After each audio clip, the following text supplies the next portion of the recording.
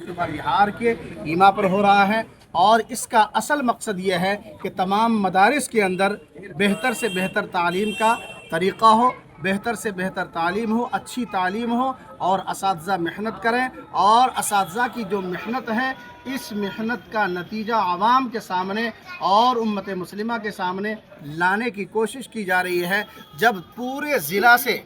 چن کر کے جو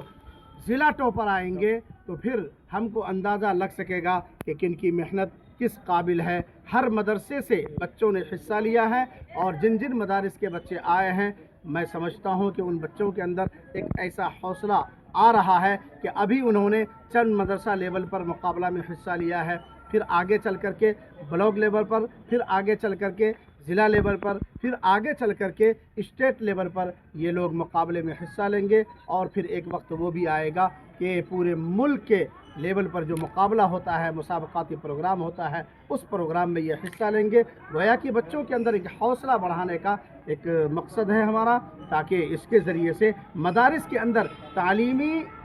طریقہ جو رائج ہے اس کو بہتر سے بہتر انداز میں عمل میں لایا جا سکے، اور اس کے اندر بہتری لایا جا سکے۔